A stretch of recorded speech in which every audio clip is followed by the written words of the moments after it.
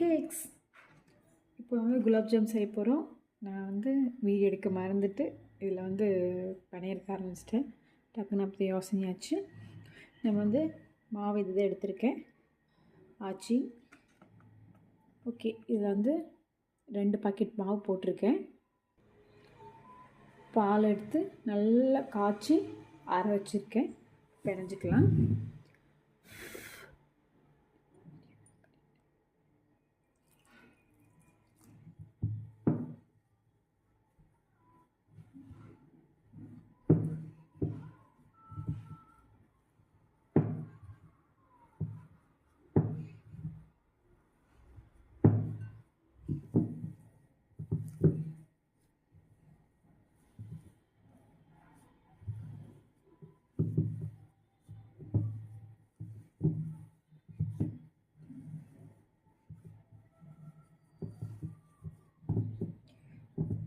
தெரியுதுங்களா?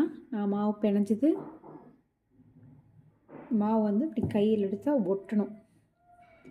அப்போ தான் இது ஊறி வரப்போ ஒரு 10 நிமிஷம் சுகர் சிரப் ரெடி பண்ணுறக்குள்ளேயே இது நல்லா ஊறிக்கும்.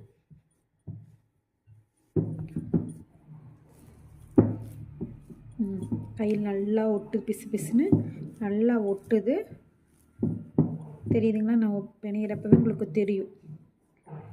ஓகே, இது அப்படியே ஊறிட்டு கொஞ்சம் நேரம் நல்லா இங்கே இருக்கிறதுல எடுத்து விட்டுட்டு நல்லா க்ளோஸ் பண்ணி வச்சுக்கோங்க. நான் சுகர் சிரப்பு இதில் தான் காய்ச்ச போகிறேன், பெரிய குண்டால்.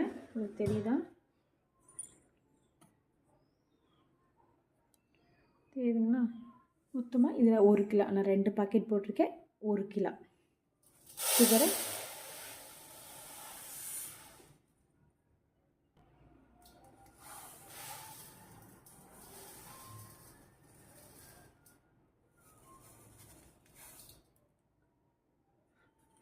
ஓகே.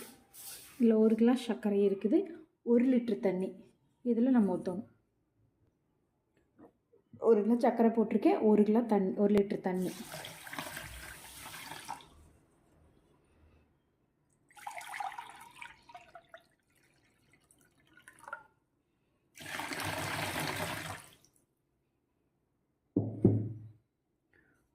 ஓகே, இது நம்ம இப்போ பாக்க வச்சுக்கலாம்.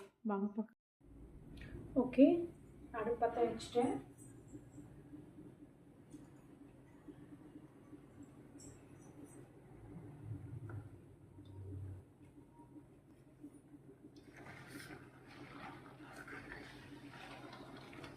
அது வந்தோடனே ஸ்டாப் பண்ணி இது எப்படியே எடுத்து நம்ம ஓரமாக வச்சுக்கிட்டு அதுக்குள்ள நம்ம பிணைஞ்சி வச்சா குலாப் ஜாமுன் ரெடி ஆகிடும்.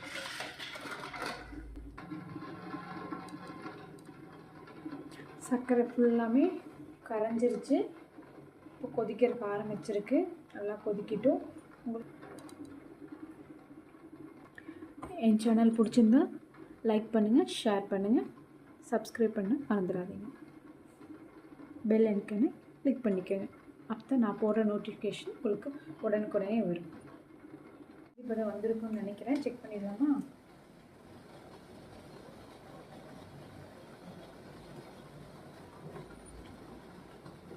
உங்களுக்கு தெரியுதா? தெரியுதுங்களா? அந்த பதத்துக்கு வரணும்.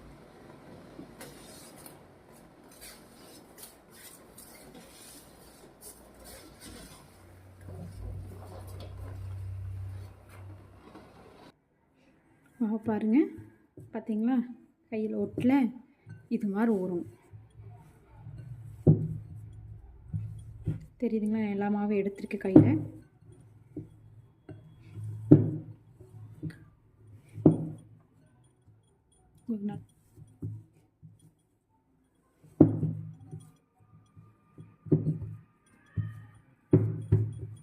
ஓகே, இப்போ நம்ம செய்யறதுக்கு ரெடி பண்ணலாமா?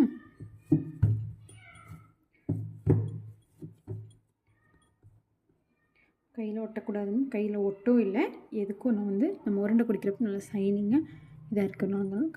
கைக்கு நல்லா எண்ணெய் தடவிக்கணும். ஃபஸ்ட்டு உருண்டையை போட்டு காமிச்சிட்றேன். அதுக்கேற்ற மாதிரி அடுத்த உருண்டை போட்டுக்குங்க. ஓகே,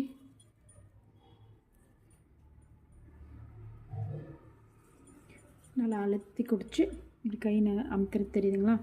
இந்த அளவுக்கு அமுத்தி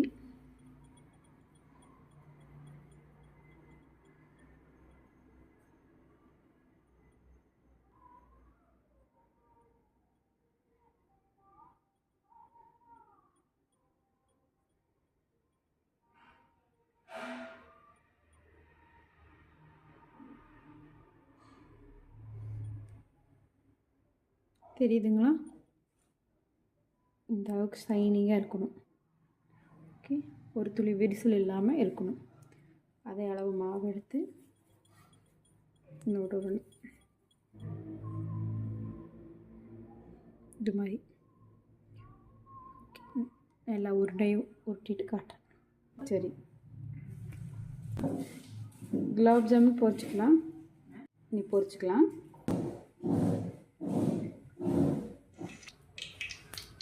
ஓகே, எண்ணெய் வந்து மிதமான சூடு.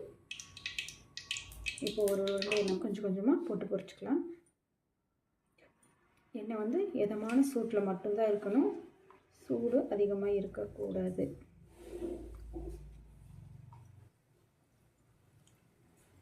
அப்படி போனப்போ நான் அப்படியே தூக்கி கொடுத்து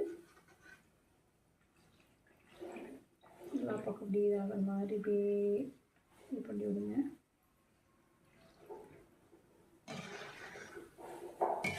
தெரியுதா கலர் மாறுறது?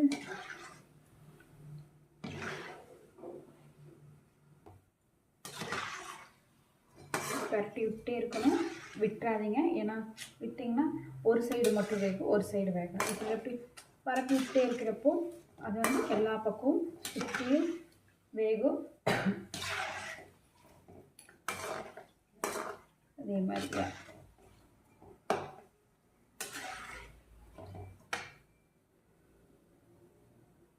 ஒரு 2 நிமிஷம் விடுங்க, இப்படி ஃப்ரீயாக விடுங்க. அதுக்கு ரெஸ்ட் கொடுங்க. மறுபடியும் போடுங்க.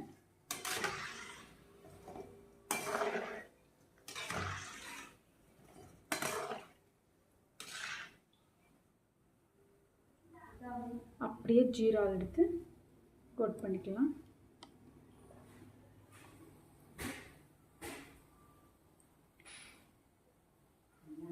அப்படியே போட்டு சூட்லேயே போட்டிங்கன்னா தான்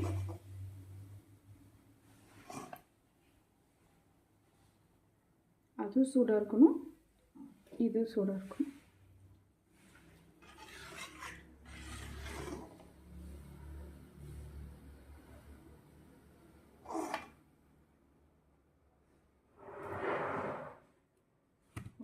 அடுத்த பேட்சை பொரிச்சுக்கலாம். எல்லாம் சுகர் சிரப்பில் போட்டு நல்லா ஊற வச்சிட்டோம். அடுத்தது குலாப் ஜாமுன் ரெடி ஆயிடுச்சு. நல்லா ஜீராவோட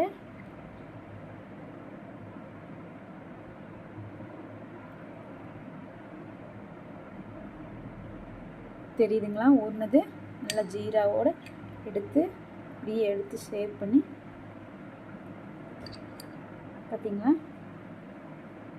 சாஃப்டாக உள் வரைக்கும் நல்லா ஊறி இருக்கு. டேஸ்ட் எப்படின்னு பார்த்து சொல்கிறேன்.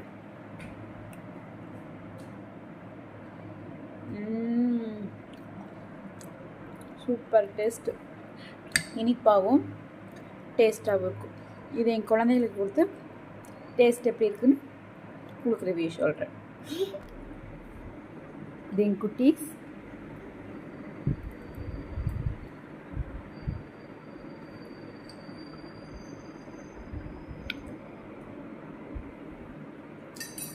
டேஸ்ட் எப்படி இருக்கு?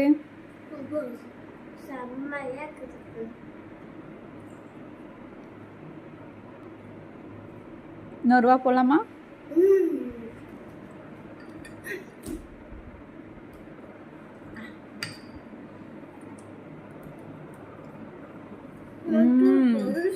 சூப்பராக இருக்கு. பாய் சொல்லல வீடியோக்கு. பாய்.